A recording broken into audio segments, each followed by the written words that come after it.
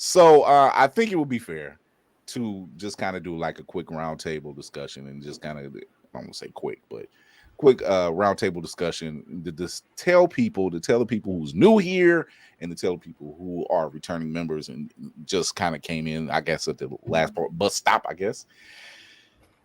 How did you get started? Where did it come from? How did you know? And who do you blame? Who do you blame? Whoopty, our nails tactician. See, if everybody wants to say nailsmith, that's all cool and all. That's tactician sounds so much cooler. It sounds like, yeah. Our cuticle developer. You are the cuticle developer. Whoopty, what got you into being a Blerd? How did you know you were a Blerd? What got you started and all that? For me, it started as a wee little girl in the Caribbean. And Elon Musk is struck again. There she goes. Okay, there she goes. All right, let's try it again. You okay, what happened? All I know is it binked. We say, "Wee little girl." That's too much information. Shut it down. Yeah, it started for me as a small girl in the Caribbean. My aunt used to babysit me, and she had 9 boys. Woo! Wow. All of which are older than me, and 2 sets of twins. And they used to read comics. They were heavy into comics. That is so there were always comics around the house. Well, let me set up on that one. Yes. that is a basketball team with substitutes. Holy crap. Make sure y'all lit the seat down. They all play instruments. Ooh. Dang. They all play instruments. That makes a good party. Right. They're good like that. So there were all comics around the house, and I used to pick them up and look at them. The comics that they mainly had were Avengers, Thor, some X-Men, and Rom Space Knight. Anybody remember that? Okay. So that's what they mainly had around the house, and I picked up a couple, and yeah, I saw Storm. For me, that was it. It was a wrap. I haven't looked back since. It is. It's normally it's a Storm. Storm does. And I read a lot. I read a lot. Like there's always a. Oh yeah, you're like a novel read, and I don't mean like novel in her. I like reading. She reads novels. Like she is a bibliophile to the nth degree. Right. And Lady Mandalore, both of them. Thank God for my Kindle. I read a lot. Look, we just advocated for you. We don't need you. I'll throw you under the trees. Thank you. I guess the next question is, when did you find the safe space when you knew, okay, oh, that's what this is. I'm not a nerd per se, but I'm a Blerd. The word Blerd was fairly new to me, like within the last 5 years or so. I always was okay with just being nerdy. My family, overly large Caribbean families, they got jokes about everything that isn't, exactly the same. So, I took my jokes. That's black families, period. I took my jokes about, being a family bookworm, about reading comics and stuff like that. But other than that, being black and nerdy wasn't a thing for me until like recently. She's finding her water finds its way. I found my I'm sorry. I found my people basically online, poking around Instagram and, mainly Instagram. And, watching people as I started to attend cons and seeing who was out there and then meeting people, adding them to my Instagram. And it went from there. And that's when I realized that there is a strong Blerd community out there and that what I've always watched, anime, read comics, the books that I read, that the people are out there and and they look like me and they think like me, and it's time to become a part of that community. It's that simple. And I haven't looked back. Better not. And then I said, "Hey, get up here in this ship. We can use somebody like you."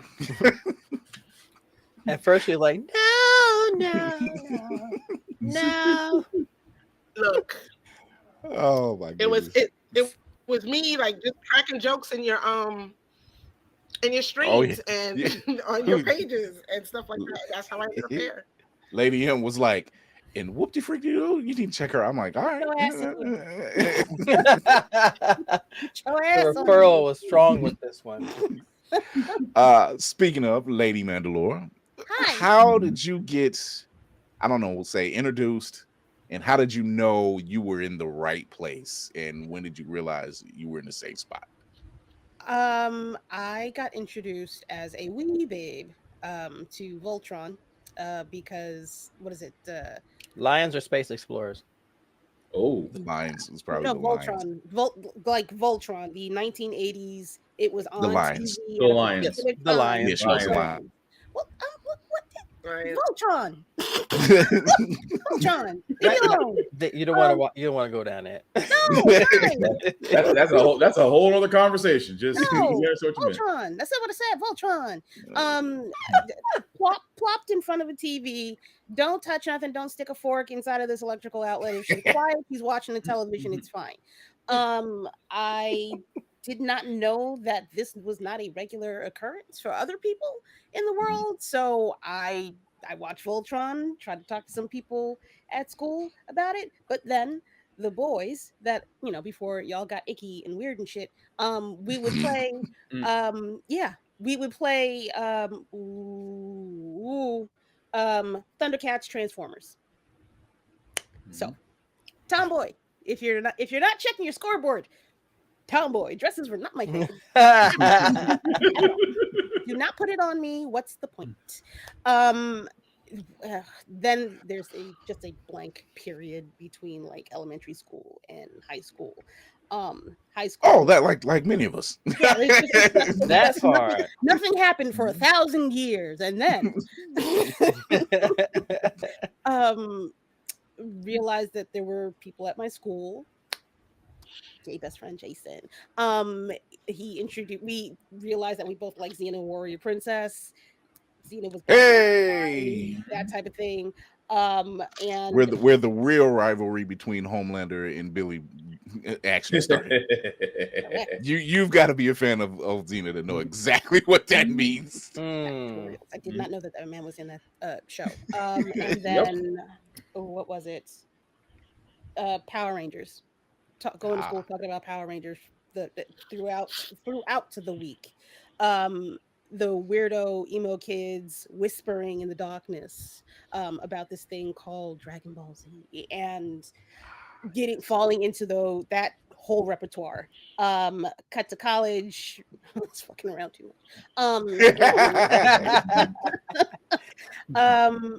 Honestly, I was out here running these New York City streets. Mother had stories.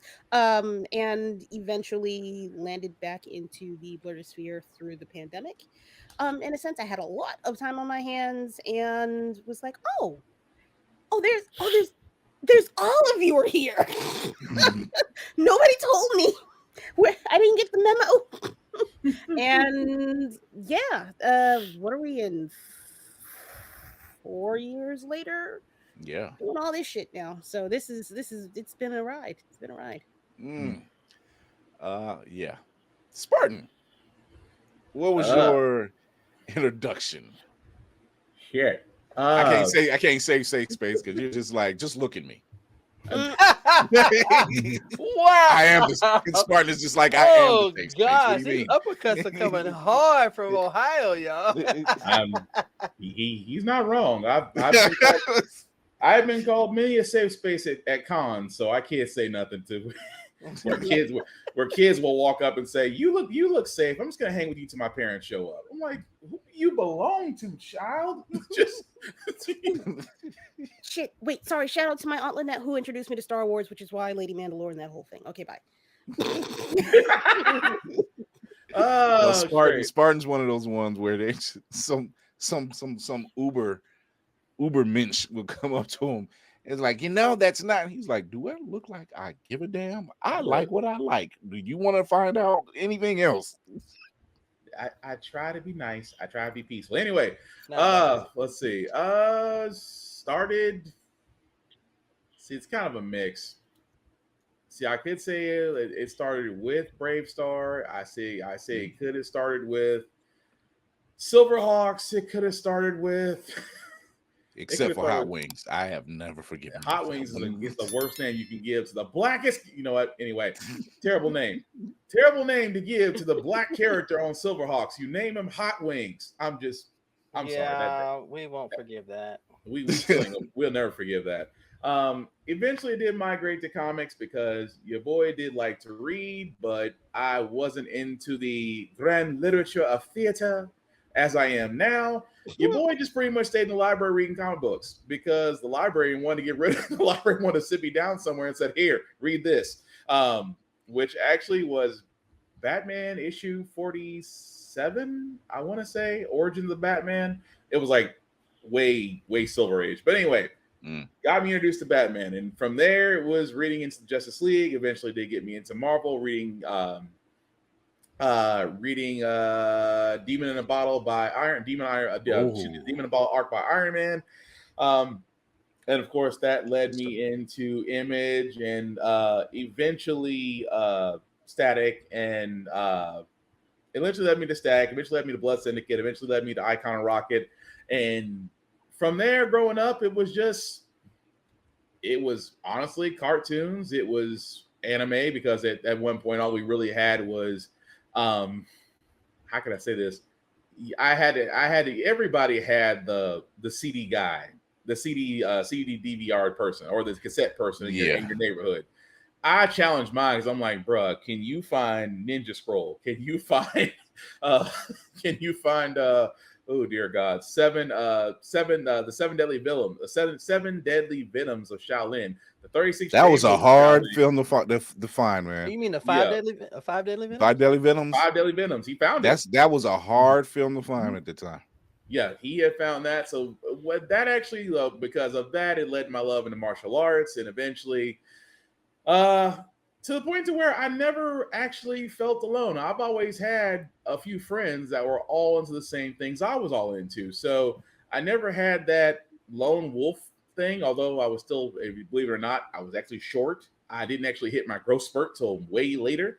So a lot of people don't believe that when they see me. I'm like, no, imagine a very short, skinny kid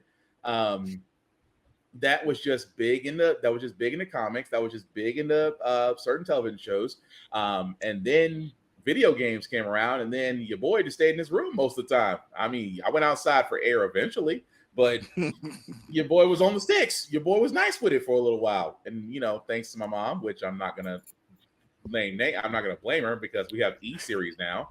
Your boy could have paid off the house. That's all I'm saying.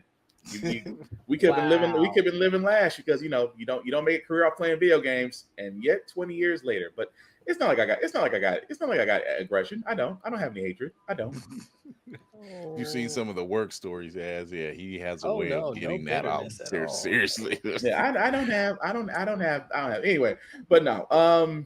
Eventually it just led to that was giving Thor and Star-Lord vibes where he was like, ooh, nice. He was like, you're the captain now. Mm-hmm.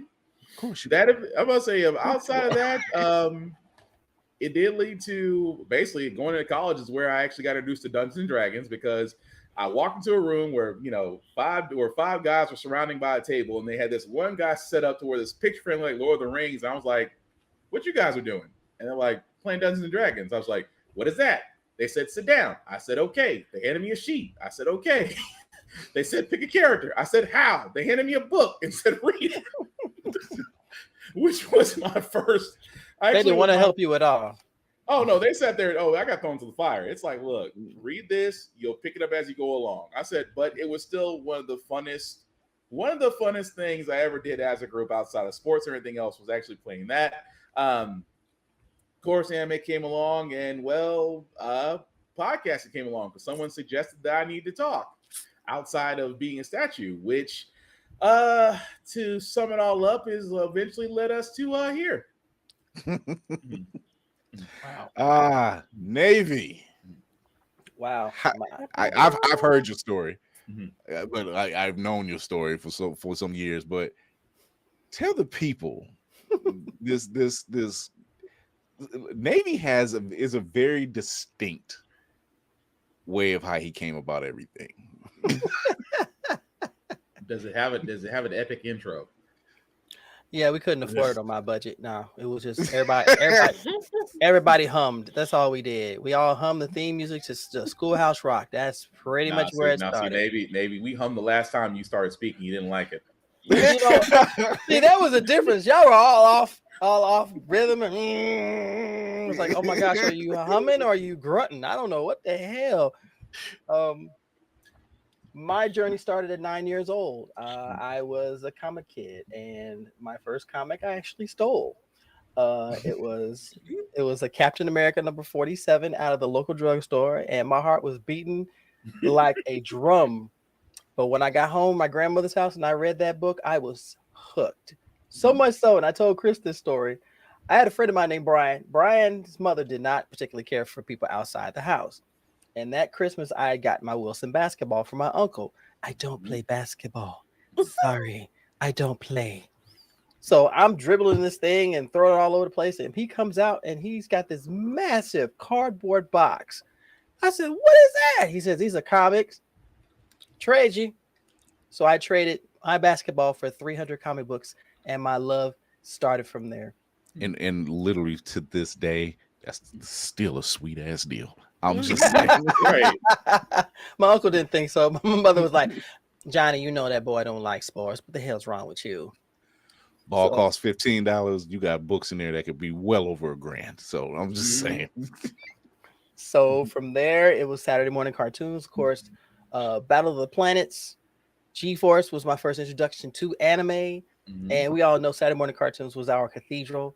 So Schoolhouse Rock taught us better than the school system did, which was great. Still. To this very day, fuck y'all. I'm just a bill. I can tell that some certain people in this country have not seen Schoolhouse Rock in its shows. Y'all are missing. Never mind, because some of y'all are heathens if y'all not part of this anyway. So my journey grew. I was a preacher's kid too, so that was a bit daunting because everything that I love, you couldn't bring into the church, which is fine. That's fine. My mother would sneak me comics, and then my dad would sneak me comics. God rest his soul. So as I got older, I got into cosplay because of a school project. My final project.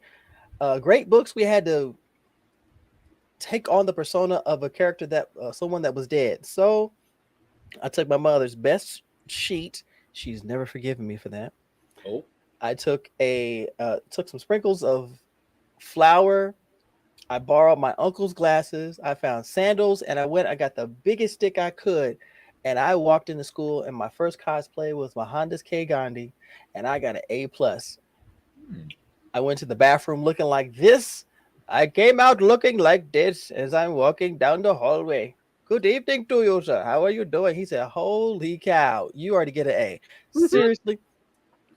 And from there, the love just grew. Got into anime when I was in the Navy. Conventions while I was in the military too. This year makes 35 years I've been going to conventions. Video gaming from the time where Pong was a barn burner right there. You cheated, and then that's how fights started. Thank you so much for that. Then from there, I just blossomed and I bloomed and I discovered everything that I love. Everything behind me is a testament to what I loved, whether it's sci-fi, anime, Dungeons and Dragons, comics, board gaming, video gaming, you name it. And it just shows that when you love this, you embrace this. Did I have ops? Oh yeah, I married 2 of them. Trust me, I had ops. I did. And Wolfie is like, Jesus. I'm sorry. I'm serious. It's no joke, y'all. I almost lost my comic collection because my ex-wife decided she was going to put everything in a storage unit, and she didn't pay for it. I had to contact the storage company to get my stuff. Went to my best friend. I said, "You hold on to these motherfuckers until I call back for them." She said, "I got you." 10 years later, she said, "You want your comics?" I want my comics. I came and got them, and they're here home. Damn. That was that last part almost gave me a heart attack. I'm not gonna lie. Note to self. I have been privy to that in a form, but it wasn't as. I'll get to that.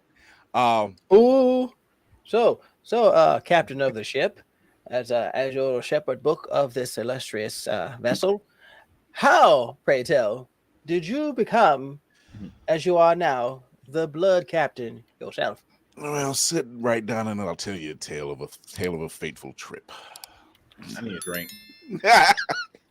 No, I've been exposed to like all forms of entertainment as a kid. I looked up to Lone Ranger and Zorro, and Bandit from Smokey and the Bandit. So Eastbound and down. and Bugs Bunny. So you can imagine where all the sarcasm and the troublemaking would start. So being exposed to all that stuff, and then Christopher Reeve Superman, and the first comic I received, I was about 7 or 8. And it was through my grandmother, who had took me to a secondhand store. She was getting secondhand store grandma stuff. I don't know. And I seen a pile of books on the table, and I didn't know some of the other characters because I've never seen them before, except for one, and it was Whatever Happened to the Man of Tomorrow. And it was Superman issue 423. The cover was just no good. The cover was no good. Like, it was tattered all to hell, but I wanted it. And the lady she knew at the secondhand store gave it to her, and she said, "Yeah, he can have it for free. It belonged to her grandson. He's not reading them anymore." So it started reading from there. My mom kept a book in my face, so I've read a lot of encyclopedias. When they go door to door, so I was like consistently reading everywhere all the time, and my grandmother seen I had an affinity for comics. So whenever they found some comics, they bring them in. Didn't matter where it was coming from, I was reading them. And as you know, product of the 80s, Thundercats, He-Man, G.I. Joe, Silverhawks, all of that. Brave Star, you name it. They were all there. They were all being played Saturday morning, 6 a.m., 12 p.m., straight cartoons on a Saturday. Bugs Bunny from 5 a.m. to 7 a.m. on a Sunday, knowing I shouldn't have been up that early because we had to go to church. But just watching all that stuff and reading all that stuff, and then just gradually, because there wasn't a bookstore near me, but by the time I was about 16, and would casually go get some books. My grandmother would take me out to get the books, or my mom. And once that store shut down, and then later on, it picked up when I was about 19. And it was a bookstore right next to my job. I would take all my tips and snatch up a crap ton of Spider-Man, a crap ton of X-Men, crap ton of Batman. This was at a time where Spider-Man had about like 8 titles. And Spider-Man was what Batman is. Yeah. So you talking about this was like the 90s. So you're talking about implosion. And I was there for the entire death of Superman, and I got that graphic novel, and I've got the novel, and I've got the books where he actually died. Nice. Never opened them, so I actually have 2 copies because my brother didn't want his, and I'm like, well, I'll keep it. I'll keep it. I've been around I've been around every video game console from its inception. Electric Football, ColecoVision, Atari 7600. So when my wife says, "You still game?" I'm like, I was born in it. What do you mean? So playing all those games, reading all those comics, anime came later, like in my mid 20s. And being at work at a hospital, and finding out one of the other guys watches DBZ, and it just started from there. It, like I was sucked in, and I know people have heard me tell a story about staying up late on a Friday night and being exposed to ECW. Oh no, then not at all. No, yeah, no, and then all the anime movies after that. So it was building, like compounding. I was around Dungeons and Dragons, watched the cartoon and everything, and was pretty much molded by this entire lifestyle. Mm-hmm. Fast forward some years, I've collected quite a bit. Thanks to Mama Fury, who's got my stuff in collection, in order, bagged, boarded, the whole nine. She said she would. Thank God it's Mama Fury. So she said she kept that first half of the collection and stopped for a while because the store I used to go to, that one shut down, which is why I say go and support your brick and mortar bookstores when you can, where you can. Shout out to Carolyn Johns here in Cleveland, or I should say in the Camps Corner area. And just being involved with all that. And I didn't get into podcasting until I went to media school. And shout out to Tommy D of Circle of Nerds, who I was also a part of that crew.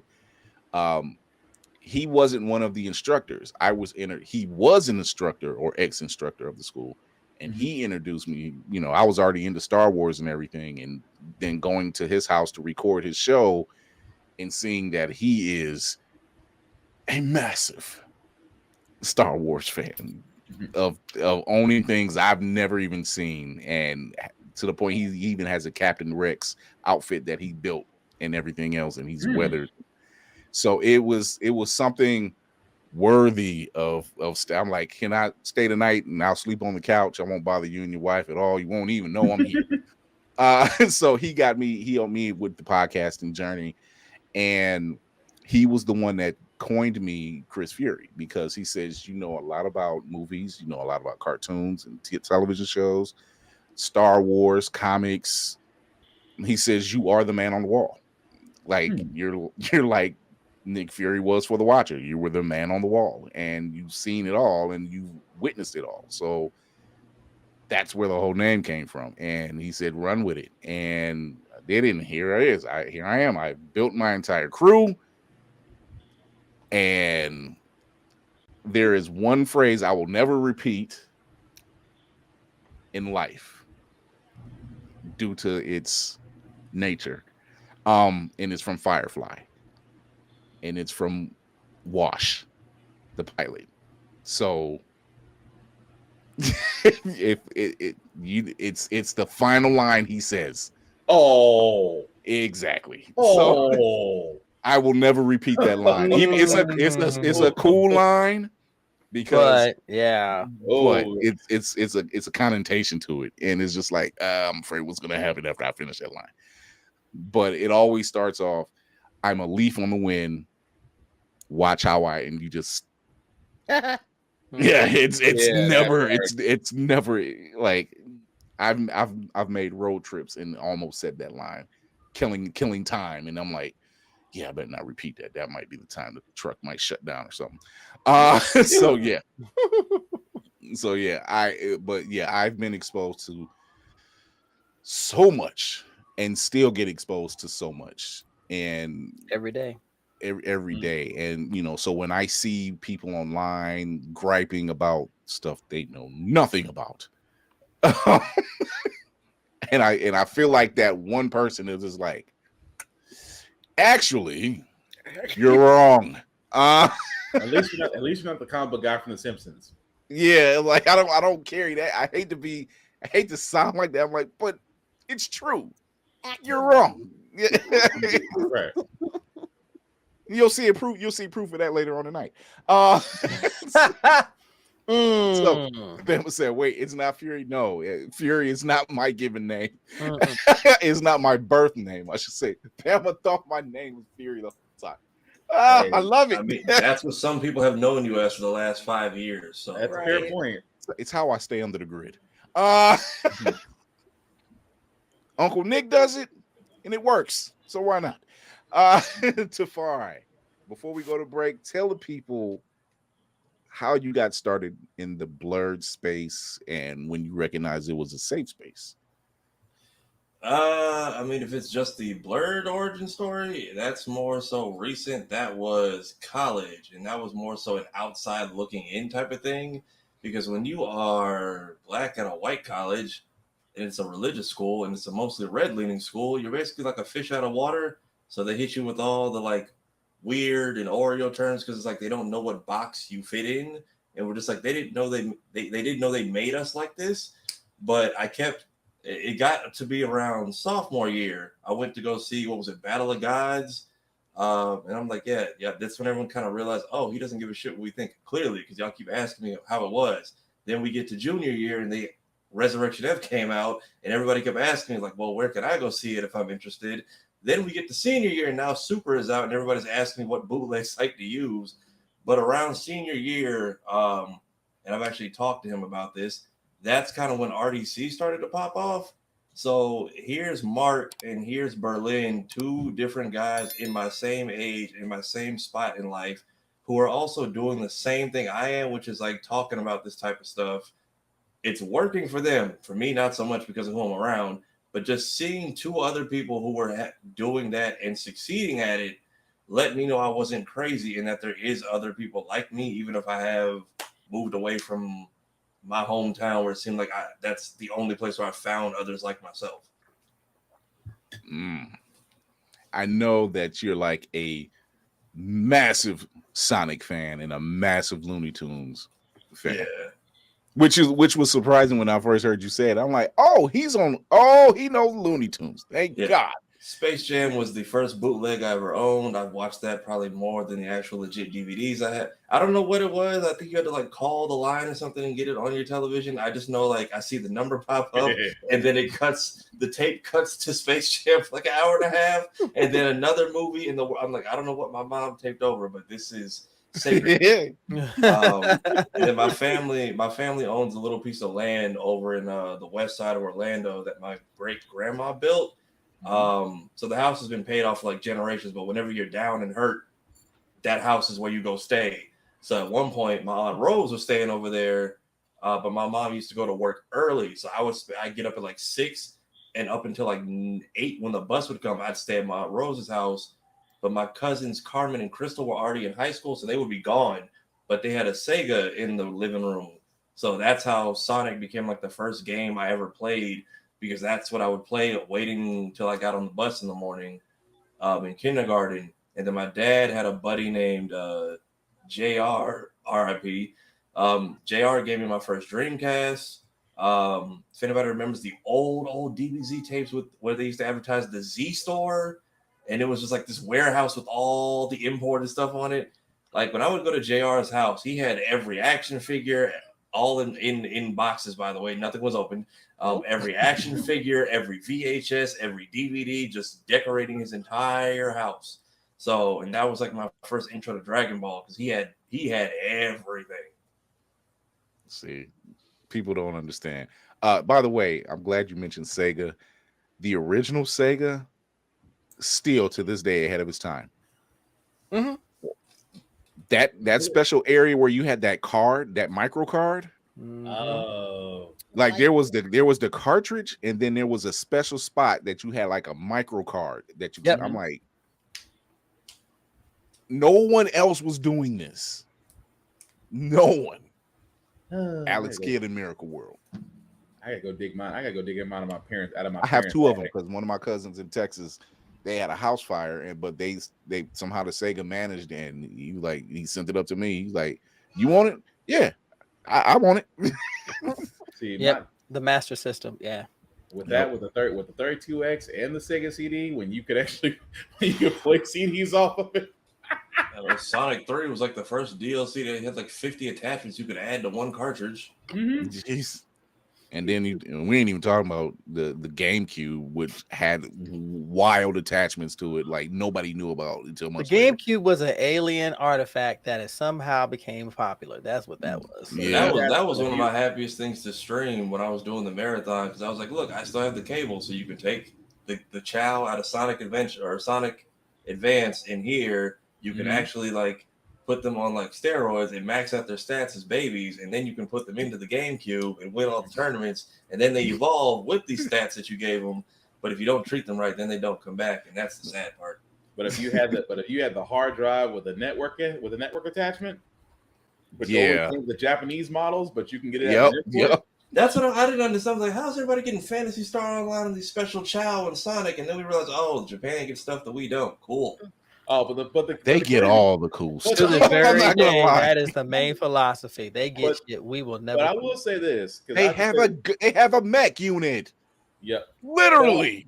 But this is the reason why you keep hole in the wall. You keep going to hole in the wall video game stores, because that's how I found out. The guy was like, "They're not blocking you. You just have to call and place an order." I said, "That's it? Yeah. Mhm. Here's a number. Call an order. You'll get the part. Shipped to your house." Mhm. And I was like, "That's the best $50 I ever spent." I was like, just to have that, and you can literally play online on the GameCube. I was playing Smash. We were playing. I won't say it was just me. Me and my brothers were all playing Smash, but God knows who was playing at the time. But yeah, just little things like that. You wouldn't know unless you had hole in the wall stores you can go to. Yeah, shout out to Gamers Inc. Orlando in Florida, because they do raffles every now and then. So I won a modded GameCube, so it's got the region-free chip in it, which is how I can play like US and Japanese stuff on the same system. Mm-hmm. Before we go to break, I know when I started back up comic collecting, it was with my wife when we like our first year of marriage, and I seen X-Men, and that was when they were wearing black leather and everything else. And I'm like, this is Beast now? Let me I was in Walden Books. I'm like, oh, let me get this. And then I grabbed a couple, Right? and my wife was getting her nails done. So when she seen me come out, she was like, wait, you read comics? And this is all I could say to her. You in danger, girl. And he found it. Really? As Wow. Y'all get a kick real quick. I'll tell you this. I have my original Nintendo 64, and I have Pokemon Snap. Sitting in mine right now. Wow. Somebody offered me $200 for my game. I said, go find your own. I'm not doing this. For an original? Yeah. They try to beat you on the cheap side. They did. I said they could cheap their ass away from me because I told them no. If you haven't found your tribe yet, just know that they're out there. That's it. You very much have to just find them like me, but eventually you will get there. You will get away from the river finds a way. You know what was annoying about it? It was just like, because the people take anime too far. Those videos started getting popular. So now every time they get posted, I'd be in class and I have like 8 people tagging me under the same thing. I'm like, do y'all not see each other? And then it got to the point where I had notifications on to be like, hey, stop fucking tagging me. I've seen it. And then they would go right under that comment and tag me 6 times. And so when I told Mark this, he was like, that's funny. He's like, it's kind of fucked up, but that is funny. You got me dig out all my old systems now. Let's see. Well, we're going to take a break. We're going to come back. We got a little bit of news, a couple trailers to check out, and then we're going to talk about and break down as best we can Daredevil Born Again, episode 9. The Violent Fest, ladies and gentlemen. The Violence Fest. It was a jaw dropper. I will say that. No, we'll be right back. Blerd's Eyeview is a proud affiliate of Otaku Noir. Use the code Blerd's Eyeview for 10% off on all items. With a different nerd-themed box filled with items made by talented blerds across the country, you surely will not be disappointed. Go to otakunoir.com. Otaku Noir, the #1 blerd mystery box company.